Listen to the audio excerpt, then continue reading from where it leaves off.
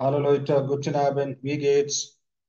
हम लोग जर्मन सीख तो रहे हैं, मगर जर्मन सीख के क्या होगा, फायदा क्या है उससे, किस किस रूप में हम यूज कर सकते हैं और किस हद तक हम उसको प्रोफेशनल लेवल पे लेके जा सकते हैं।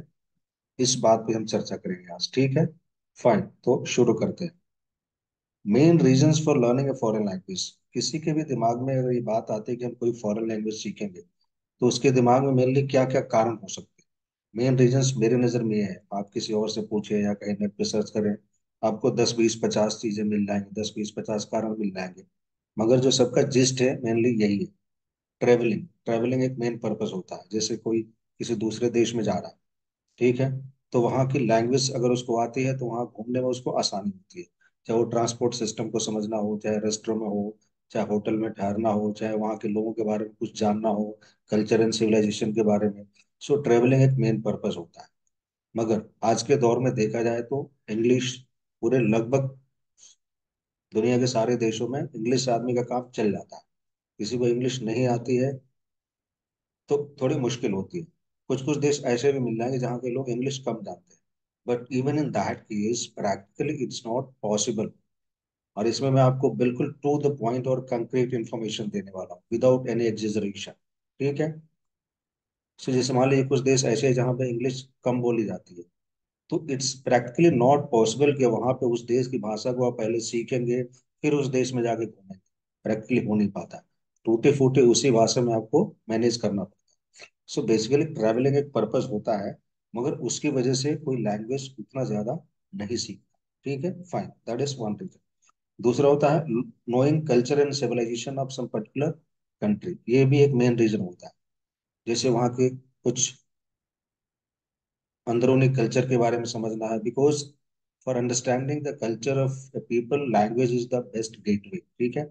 उसके माध्यम से आप वहाँ के रहन सहन, कल्चर, वहाँ के लोगों का एटीट्यूड, सोच विचार क्या है समझ सकते हैं, ठीक है? वहाँ की किताबें पढ़ सकते हैं। तीसरा रीजन होता है रीडिंग फेमस लिटरेरी वर्क्स। मुझे याद आता है, कई साल पहले की बात है, मेरा एक स्टूडेंट था, उससे मैंने पूछा why are you learning German. उसने बोला कि I want to read the 10 capital by Marx. तो वो इसीलिए अब पढ़ने को इंग्लिश में पढ़ सकता था, मगर उसका मेन मकसद था कि मैं उसको ओरिजिनल लैंग्वेज में पढूं। तो कुछ लोगों का मेन रीजन ये भी होता है। जब लिटरेरी लिटरेरी वर्क्स पढ़ने के हद तक आप जाते हैं, तो इसका मतलब सीधा ये है कि आपको उस लैंग्वेज पे अच्छी पकड़ होनी चाहिए, नॉलेज अच्छा होना चाहिए। देर आर सर्टेन लैंग्वेजेस जिसमें बहुत अच्छे पीस ऑफ लिटरेचर है, और कुछ लोगों का इंटरेस्ट होता है कि मैं उसको पढ़ूंगा ही पढ़ूंगा, ठीक है? फाइन। और रही बात जर्मन की, अभी तो मैं जनरल में बात कर रहा हूँ, फिर हम जर्मन स्पेसिफिक क्या है उस पर आएंगे। German literature is really really very very rich, ठीक है? फाइन। दूसरा रीजन होता है understand own language and concept of language. कई बड़े विद्वानों ने कहा है कि जब आप एक फॉरेन लैंग्वेज सीखते हैं तो अपनी भाषा को अच्छे से समझते हैं। और लैंग्वेज का जो यूनिवर्सल ग्रामर है, यूनिवर्सल कॉन्सेप्ट ऑफ लैंग्वेज है। मशीन लैंग्वेज को भी हम लैंग्वेज क्यों बोलते हैं? कंप्यूटर के लैंग्वेज को लैंग्वेज क्यों बोलते हैं? लैंग्वेज कोडिंग क्या होता है, बेसिकली उसका कॉन्सेप्ट क्या है, यूनिवर्सल रूल्स, यूनिवर्सल ग्रामर। और हमारी लैंग्वेज में उनके लैंग्वेज में सिमिलरिटी क्या है, डिफरेंसेस क्या है, अगर है तो क्यों है, कल्चरल डिफरेंसेस क्या है, और कल्चर के आधार पे लैंग्वेज में डिफरेंसेस कैसे इंस्टिल होते हैं, ये सारी चीजें हम समझते हैं। So in order to understand your own language better, you must learn a foreign language. नहीं तो आप समझते हैं कि बस मेरी लैंग्वेज ही लैंग्वेज है, यही सबसे रिच लैंग्वेज है। और इस दुविधा में, इस गलतफहमी में दुनिया के लगभग बहुत लोग जीते हैं। और जिनको दो चार भाषाएं आती हैं, वो बिल्कुल इस भावना से न्यूट्रल हो जाते हैं, और वो लिंग्विस्टिक क्रांतिकारी नहीं बन सकते हैं। वो असल में जो भाषाएं मर मर रही होती है, सबसे जो गरीब भाषा है उनका भी ज्यादा सम्मान, because they understand the concept of language, importance of language. Fine, now ये तो हो गई कुछ रीजंस। अभी एक सबसे बड़ा रीजन जो आता है, specially when we talk about German, getting a well paid and comfortable job. German language एक ऐसी लैंग्वेज है इंडिया में जिसके बारे में बड़े दावे के साथ कह सकता हूँ, it's a shortcut to success in India. और मैं क्यों बोल रहा हूँ मैं इसको बता रहा हूँ, ठीक है? फाइन। आप किसी भी कंपनी में, किसी भी प्रोसेस में जाइए, जो भी जर्मन लैंग्वेज बेस्ड जॉब मिलेंगे आपको इंडिया में, बीपीओ जॉब्स मिलेंगे। और जर्मनी की बहुत सारी कंपनियां हैं जो इंडिया में काम करती हैं। अगर आप पुणे शहर में देखें तो 100 से ज्यादा कंपनियां हैं।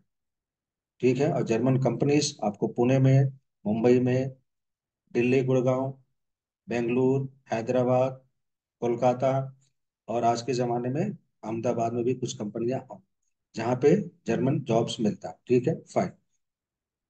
और अगर किसी प्रोसेस में, किसी भी आप बीपीओ में चले जाएं, किसी भी कंपनी में चले जाएं, तो वहाँ पे फॉरेन लैंग्वेज का एक सेक्शन होता है जिसमें कई सारी जॉब्स होती हैं, डिफरेंट प्रोसेसेस होते हैं। ठीक है, that's my own experience because I already work in so many companies.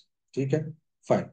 उसमें आप देखेंगे अगर 100 बच्चे फॉरेन लैंग्वेज के हैं, उसमें आप ये समझ लो कि 70-80 से ज्यादा बच्चे जर्मन लैंग्वेज के होते हैं। आप किसी भी कंपनी में चेक कर लीजिएगा। I don't want to take the name of other foreign languages, लेकिन उनकी संख्या जर्मन की अपेक्षा बहुत कम होती है। और कई सारी कंपनियां तो ऐसी है जहाँ पे सैकड़ों में एक एक बार भर्ती होती है। ठीक है, फाइन। ये रही बात job opportunities and cities and companies की। ठीक है, अभी हम देखते हैं किस किस शहर में कौन कौन सी मेन कंपनीज है जहाँ पे जर्मन लैंग्वेज के लिए जॉब है। Will start with Pune because Pune में जर्मन लैंग्वेज की सबसे ज्यादा अपॉर्चुनिटी है। ठीक है, सो पुणे में क्या आपको मिलेगा? अमेजोन। ठीक है, अमेजन का जो वर्क प्रोफाइल होता है दैट्स क्वाइट गुड। ठीक है, कॉन्सेंट्रिक्स मिलेगा आपको। कॉन्सेंट्रिक्स एक ऐसी कंपनी है जिसमें कभी कभी आपको लगेगा कि A2 लेवल से भी लेना शुरू कर देते हैं। इनका जो मेन वो होता है B1 होता है। अगर किसी को जर्मन लैंग्वेज में काम करना है, जैसा कि मैंने पहले बताया, it's a shortcut to success. I have seen engineers and students from other backgrounds जो अपनी चीजें करने के बाद, I am not undermining any degree और एनी क्वालिफिकेशन, बट वो चीजें करने के बाद जर्मन लैंग्वेज 1-1.5 साल सीखते हैं and then switch over to this field. ठीक है, that's my practical experience. So Concentrix एक ऐसी चीज है जहाँ पे मास में रिक्रूटमेंट होता है। वहाँ समटाइम्स A2 से भी लेना शुरू कर देते हैं। Usually their basic qualification required is B1। So अगर आपको जर्मन लैंग्वेज सीख के काम करना है तो B1 का टारगेट मिनिमम होना चाहिए। B2 आप कर लेते हैं तो you get good job in good companies. और ट्रांसलेशन के लेवल पे आपको जाना है, then you should look at C1। ठीक है, और रही बात यूनिवर्सिटीज की, तो उनकी बात अलग है थोड़ी। जैसे मान लीजिए आप JNU में जाना चाहते हैं, BHU में जाना चाहते हैं, देर आर सर्टेन यूनिवर्सिटीज जहाँ पे जर्मन लैंग्वेज पढ़ाई जाती है। इवन हायर स्टडीज तक आप PhD भी कर सकते हैं। जैसे for example I name a few.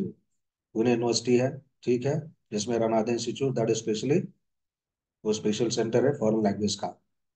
एफलू से आप पढ़ सकते हैं। ठीक है, फिर मुंबई यूनिवर्सिटी से पढ़ सकते हैं, DU से पढ़ सकते हैं, JNU से पढ़ सकते हैं, और BHU से पढ़ सकते हैं।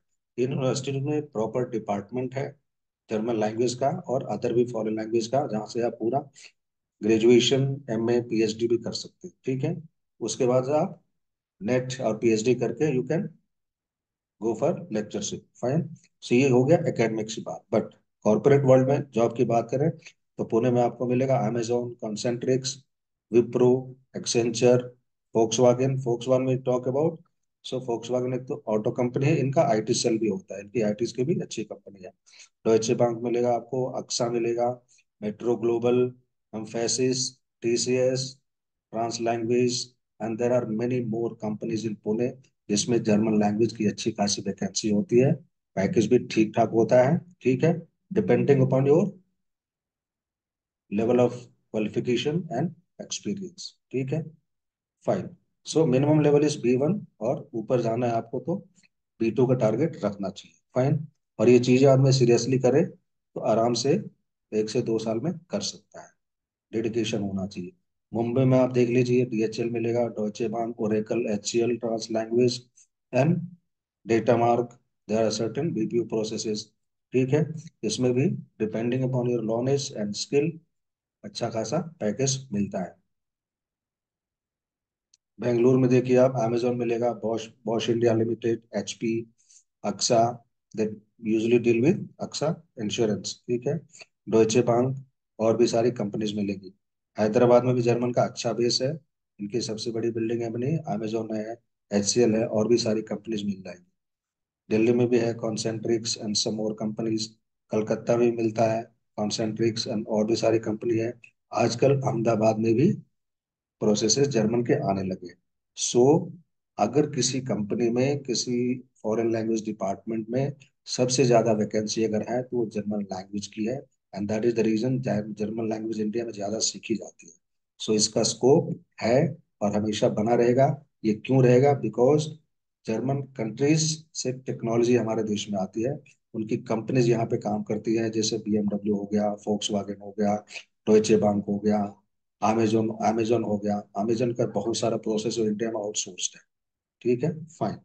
सो इस तरीके से अगर प्रोफेशनल लेवल तक जर्मन लैंग्वेज को लेके जाना है, so our minimum target should be B1। और ये कैसे करना है हमको सर्टिफिकेशन? आप MMB से पढ़ के कर सकते हैं एज ए रेगुलर स्टूडेंट, या as an external student exam दे सकते हैं।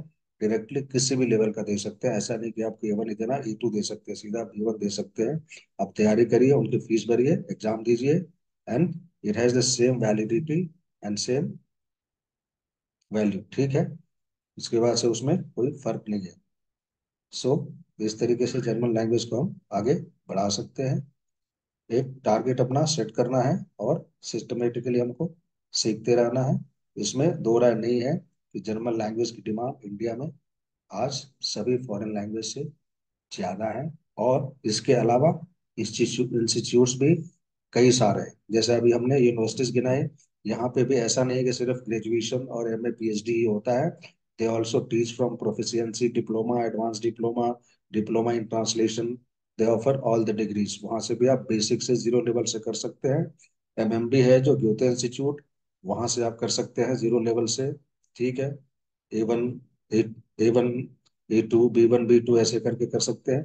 Apart from that there are private institutes, और यूट्यूब पे भी आपको इसके अलावा बहुत सारा मटेरियल मिल सकता है। ठीक है, सो यहाँ से आप तैयारी कर सकते हैं और इसको प्रोफेशनल लेवल पे लेके जा सकते हैं। So that was my experience and view point about the scope of German language in India. Thank you so much for your time. कोई भी किसी को डाउट हो, just put your questions in the comment box. I'll try to reply. Thank you so much for your time and patience. See you in the next session of Leaders